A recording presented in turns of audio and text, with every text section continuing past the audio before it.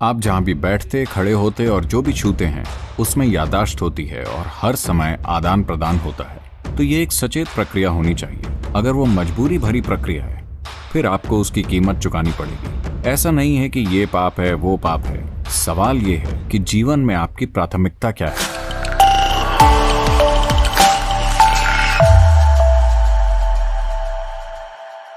देखिए, एक मानसिक समग्रता होती है, एक भावनात्मक समग्रता होती है, लेकिन एक शारीरिक समग्रता भी होती है। समग्रता का मतलब नैतिकता नहीं है।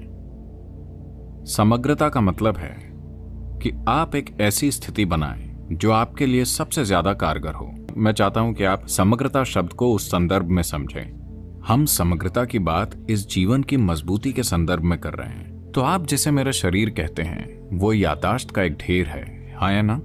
पर शरीर में याददाश्त बहुत गहराई में होती है। तो ये पूरा शरीर जो आपके पास है मुख्य रूप से मेमोरी की एक समग्रता है।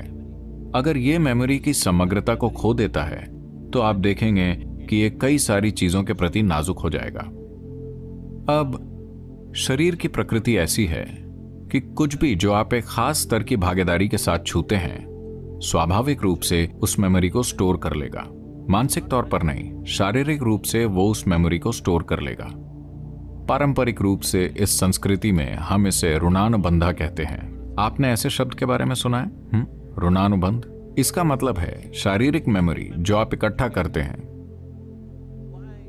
लोग क्यों आप लोगों के साथ ये देखेंगे, मान लीजिए अपने घर में वो जाकर उसी जगह बैठते हैं। ये आमतौर पर बूढ़े लोगों के साथ आप देखेंगे कि वो जाकर एक ही जगह बैठना चाहते हैं, वो दूसरी जगह नहीं बैठेंगे। क्या आपने गौर किया है? तो याददाश्त होती है। आप जहां भी बैठते, खड़े होते और जो भी छूते हैं उसमें याददाश्त होती है और हर समय आदान प्रदान होता है। आप नेपाल से आई हैं, भारत में भी ये काफी हद तक है, दक्षिण में बहुत मजबूती से है, उत्तर में ये शायद कमजोर पड़ गया है। हम लोग कभी किसी दूसरे व्यक्ति को नमक नहीं देते।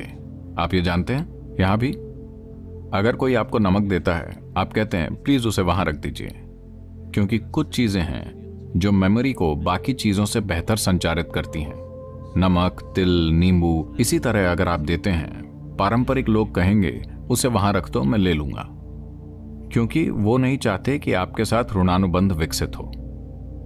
अब भारत में अगर आप लोगों की पुरानी पीढ़ी को देखें, अगर आप उनसे हाथ मिलाना चाहें वो इस तरह करेंगे, क्योंकि वो आपके साथ ऋणानुबंध नहीं चाहते, क्योंकि इसका मकसद आपके शरीर की मेमोरी की समग्रता को इस तरह रखना है कि वो दूसरी चीजों के प्रति संवेदनशील ना हो, कि आप बहुत जुड़ा हुआ जीवन बन जाएं। अगर आप खुद को एक संभावना के लिए विकसित करना चाहते हैं तो आपको याददाश्त की समग्रता को बरकरार रखना होगा। ऋणानुबंध का मतलब यही है, आप अपनी शारीरिक मेमोरी को कम से कम रखते हैं। शारीरिक संबंध ऐसी चीज है जिसमें बड़ी मात्रा में मेमोरी एक से दूसरे में ली जाती है। तो हमेशा, इस समाज में नहीं बाकी हर कहीं, हमेशा से लोगों ने उस मेमोरी को कम से कम रखने के फायदे देखे। अगर आप उस मेमोरी को बहुत जटिल बना दें तो आप देखेंगे कि आराम से होना कुछ समय बाद बहुत मुश्किल हो जाएगा। सुख जरूर होगा मगर आपके जीवन में कोई खुशी नहीं होगी, क्योंकि सहजता ज्यादा मेमोरी की वजह से चली जाएगी। ऐसा सिर्फ सेक्सुअलिटी के साथ ही नहीं, कई और चीजें हैं जो आप इस तरह करते हैं। अभी आप पश्चिमी समाजों में ये बहुत देखते हैं। जहां भी मैं जाता हूं, खासकर अमेरिका में, लोग आएंगे, सदगुरु मेरा हक कहाँ है? मैं कहता हूं वो आपके साथ होगा, वो मेरे पास क्यों होगा? ऐसा नहीं होता कि किसी खास पल आप किसी के करीब महसूस करते हैं तो आप उन्हें गले लगाते हैं। ऐसा है कि हर समय आपको लोगों को छूना है, क्योंकि आज के मनोवैज्ञानिक इन चीजों का विश्लेषण करके बता रहे हैं कि ऐसा इसलिए है क्योंकि बचपन में उनकी माँ और माता पिता ने उन्हें पर्याप्त नहीं छुआ। जब वो बड़े हो जाते हैं तो वो हर समय किसी न किसी को छूने के लिए तरसते रहते हैं। इन सभी चीजों का व्यक्ति के जीवन पर बहुत असर पड़ता है। कितना शारीरिक संपर्क हुआ जब बच्चा पैदा हुआ, ये तय करेगा कि वो बाद में कितने शारीरिक संपर्क की चाह करेंगे। और एक शिशु अपनी मां से कितनी मेमोरी ग्रहण करता है उस समय, क्योंकि जब तक एक बच्चा 4.5 साल का नहीं हो जाता कई रूपों में ऊर्जा की दृष्टि से वो एक अलग जीव नहीं है, वो अब भी मां के शरीर से जुड़ा है। असल में अगर लोग प्रकृति के अनुसार चलें तो उस समय तक उन्हें मां का दूध पीना चाहिए और 4.5 साल तक जुड़े रहना चाहिए। प्राकृतिक रूप से ऐसा ही था। तब ऊर्जा मैच्योर नहीं होती।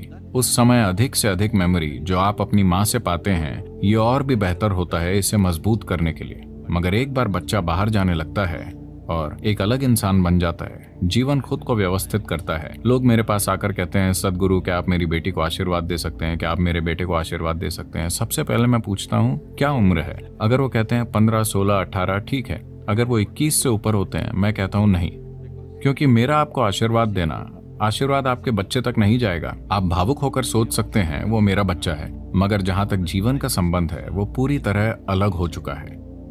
तो एक पूर्ण जीवन चंद्रमा के 1008 चक्रों के बराबर माना जाता है, जिसे लगभग 83 से 84 साल मानते हैं। तो अगर कोई 84 पार कर लेता है, उसे एक पूर्ण जीवन माना जाता है। इसमें पहली तिमाही ही एकमात्र समय है जब वो अपने माँ बाप से जुड़ा होता है। उसके बाद बच्चे को आगे बढ़ना चाहिए, क्योंकि ऊर्जा की दृष्टि से आप उन दोनों जीवन को जोड़ नहीं सकते। तो उसी समय लालसा होती है। अगर आपने अपने अंदर जरूरी समग्रता नहीं बनाई है तो दूसरे शरीर की चाह बढ़ जाती है। हालांकि हार्मोन्स का समय 15 से 20 के बीच सबसे ज्यादा होता है। किसी के साथ जुड़ने की चाहत 21 साल की उम्र के बाद बढ़ती है, क्योंकि अनजाने में आप एक सैटेलाइट की तरह हैं जो मेन मदर से दूर हो गया। आप मदरबोर्ड से अलग हो गए। अब आप किसी चीज से जुड़ना चाहते हैं जब तक कि आपको थोड़ी समग्रता ना मिल जाए। इसीलिए 12 से 18 साल के बीच शरीर को मजबूत करने के लिए बहुत साधना करनी चाहिए, ताकि आप बेतहाशा किसी चीज या किसी व्यक्ति से खुद को ना बांध लें। आपको जागरूकता में अगर आप एक साथी बनाना चाहते हैं तो ये एक सचेत प्रक्रिया होनी चाहिए। अगर वो मजबूरी में होने वाली प्रक्रिया है, फिर आपको उसकी कीमत चुकानी होगी। ये नैतिकता का सवाल नहीं है। ऐसा नहीं है कि ये पाप है, वो पाप है। सवाल ये है कि जीवन में आपकी प्राथमिकता क्या है। अगर आपकी प्राथमिकता इस जीवन को एक उच्च संभावना तक पहुंचाना है, तो आपको जागरूक होना चाहिए। अगर आप किसी तरह जीवन जीकर चले जाना चाहते हैं तो ठीक है।